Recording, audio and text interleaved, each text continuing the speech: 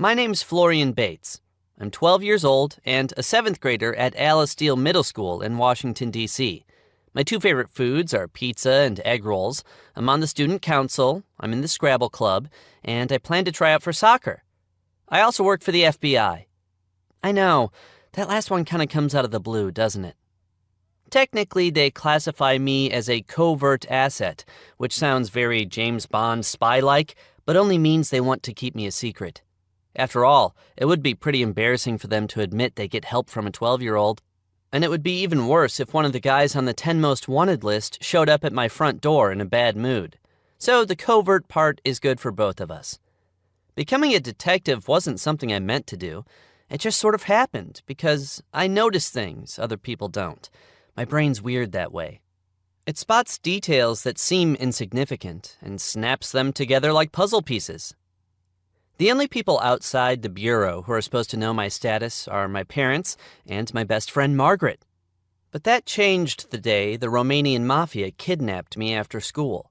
I was taking a shortcut behind the Safeway supermarket, and unless they were trying to influence any upcoming student council votes, it meant my identity was no longer a secret. It's funny because earlier that day Margaret had warned me not to take that route. Normally we walk home together, but on Thursdays she has piano, so I go alone. That's when I look for shortcuts, not because I'm in a hurry, but because it's like another puzzle. "There are a lot of dumpsters back there," she pointed out when I told her about it. "And you know what Ben Franklin said about dumpsters? Nothing good ever happens when you're surrounded by them." I'm pretty sure Ben Franklin was dead about 150 years before the dumpster was invented, I countered. "Then maybe I saw it on a poster. Either way, it's good advice. You shouldn't go back there." "It may smell bad," I said, feeling suddenly defensive, "but it's not like it's dangerous or anything." She replied. "And how do you know that?" I thought about it for a moment and smiled. "Because it's called the safe way. If it was dangerous, it would be called the unsafe way." She didn't find this nearly as clever as I did. So while I laughed, she just shook her head and said, "Boys are so funny." Then she leaned in close and added, "And so stupid."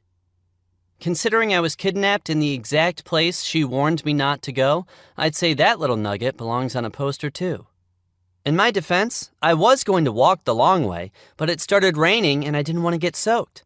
I'd just squeezed through the gap in the fence and was hurrying behind the store holding my backpack over my head when I noticed the delivery truck. It should have been parked by the loading dock, but I was too busy worrying about getting wet to pay attention to that.